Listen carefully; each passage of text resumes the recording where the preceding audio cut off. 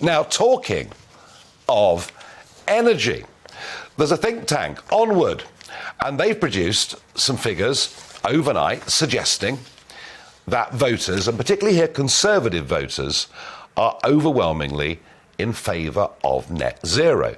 They even suggest that if the Conservative Party was to ditch that manifesto, they could lose up to 1.3 million votes. Now, I was a little bit surprised by all of this, so I thought the only thing we could possibly do is to ask Ed Birkett, Head of Energy and Climate at Onward, to come in and talk to me. And Ed, previously working in renewable energy, battery storage and those kind of things.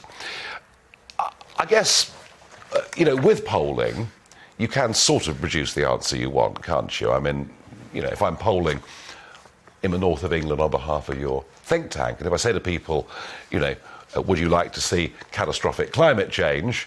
People are going to say, well, no.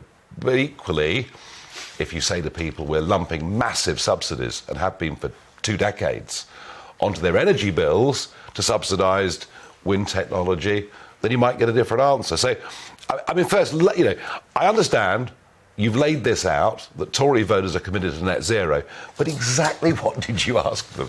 So the first question we ask people is, do you support or oppose the net zero target? And what we found is that 60% of voters across the UK support that target, and that 10% of them oppose that. And there are no massive trends between different groups in terms of one group massively supporting it more than another. What, you mean Labour or Conservative? Yeah, exactly. So there is some more support amongst, as you might expect, Labour and Remain. So the principle that government should be doing something is broadly accepted. Absolutely, and it is really broad support, and even in the context of the Russian invasion of Ukraine and what that's done to energy prices and the cost of living, we haven't seen any big shift. That we polled before that, the Russian invasion of Ukraine, and after the start of the Russian invasion of Ukraine, and the numbers that we got back were almost identical. OK. Do people know? Do people really know? Because I genuinely think there's been a conspiracy of silence in Westminster. All the parties have agreed with green subsidies, and all the evidence is that the more we go for renewable, the higher electricity costs become. Do people really know what they've had to pay for this? Because my sense of it, you see, Ed, I asked a crowd this. We were out doing a Farage at Large up in the West Midlands in Dudley, and I asked how many people realised what had been put onto their electricity bills. And I would say 20-25% of the audience had some awareness. The rest hadn't got a clue. So that's my question to you. Do people really realise what they're having to pay?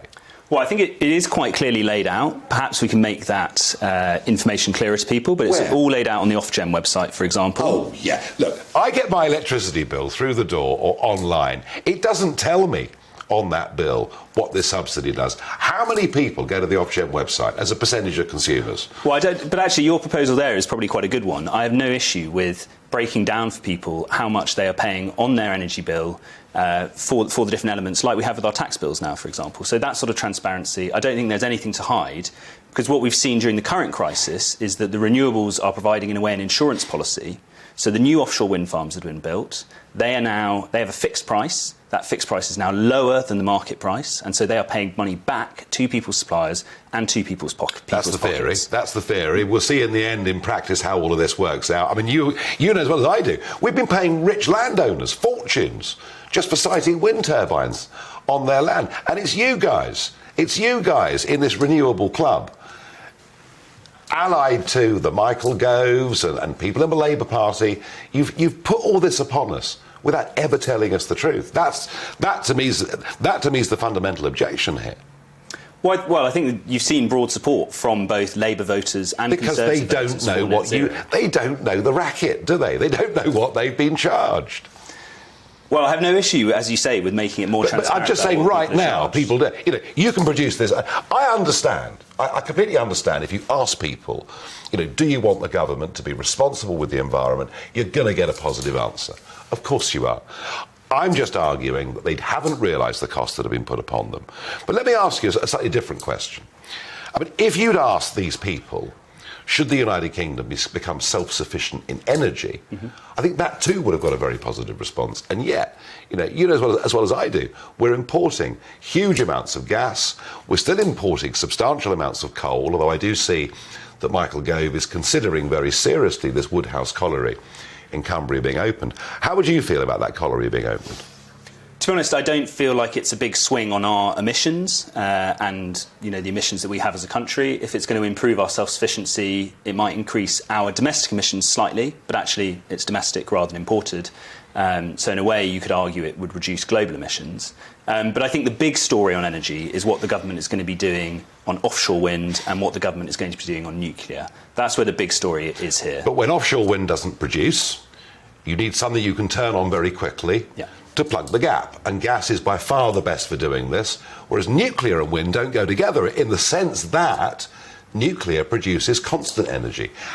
And look, I'm pro-nuclear, I'm pro what they're saying, but hey, it's 10 years away, isn't it? Yeah, well, and actually what you're saying is absolutely right around the role of nuclear energy, which generates all the time, generates electricity all the time, and then you have a mix of wind farms and gas-fired power stations. That's what we have at the moment, and then over time we need to have more of the renewables and less of the gas. But that's where the challenge is going to be. How do we ensure the lights stay on when it's not windy, when there is, when we don't want to use gas? Should we go on being a big importer of gas, or should we produce our own? Yeah, I think it's a perfectly reasonable expectation for us to say that we do not want to be a big net importer of gas. We're probably never going to be in a position where we're a big net exporter of gas, but I think it's perfectly reasonable for the government to say, as it has done, we are going for net zero, but that's a transition, and as we transition, we want to minimise our imports of fossil fuels. We're heading towards net zero by not producing our own energy here and by exporting huge numbers of manufacturing jobs. I mean, the fact is the whole thing's a nonsense because global CO2 emissions are not reducing as a result of those two actions. How do we get some common sense into this debate? Well, so what you're talking about there is moving heavy factories away from the UK to places like China. Yeah. That is absolutely not the vision of net zero that we should have. And I think that is not the vision that the reality. government has. It's the reality. Boris Johnson boasts, we've cut carbon emissions more than any other Western country. I think 44% reduction since 1990. But we've done it.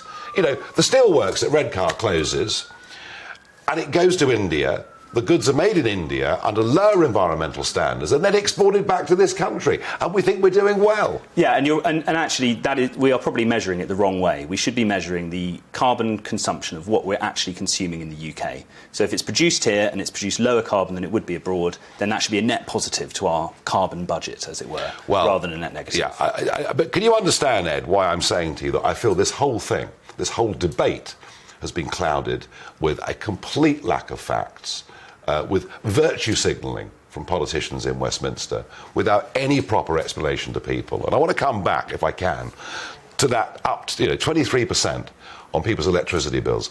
Surely, I'm talking about cost of living here, as you heard before you joined me.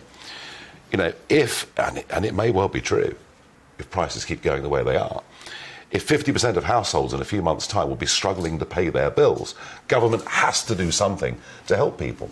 The most obvious quick way is to remove that 25% add-on. So I think at the moment, now that prices have gone up, it's no longer 25% because it's stayed constant. So it's £150 a year out of £2,000 a year for the average. So the percentage is down because the price has gone up. And because also the cost of the renewables has not changed. So that's a benefit. But it's still a cost, which we could remove. So it's an obvious solution. Unfortunately, I don't think it solves the problem. For a start, it's too small. It's only £150 a year. Well, it would still help. It would help, but we need something bigger. And secondly, it wouldn't be well targeted. The biggest benefit would go to the people in the biggest houses, who are usually richer, who are consuming more energy. So yes, there absolutely we need to do more on energy bills. But there are lots of people, lots of retired couples on fixed incomes living in quite big houses who may turn out to be some of the poorest out of all of this. Well, so we need to identify the poorest and most vulnerable customers, whoever they may be, whether they are retired, whether they're on low incomes, whether they're disabled, whether they're living in leaky, private rented accommodation. Those are the people we need to be targeting. And what about the 5% VAT? Should we just get rid of that? It was a Brexit promise. Well, so Again, it's small. It's small in comparison to the scale. I tell you what, if I say to everyone watching this now, you can have 5% off your energy bills, they're going to say, yes, thank you very much indeed.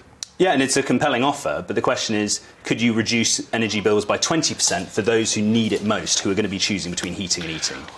Well, on current course, I don't think anything's going to change very much in the short term. Ed, thank you for coming in and joining me, and thanks to Onward for their research, which I find interesting, but I still feel people haven't been told enough.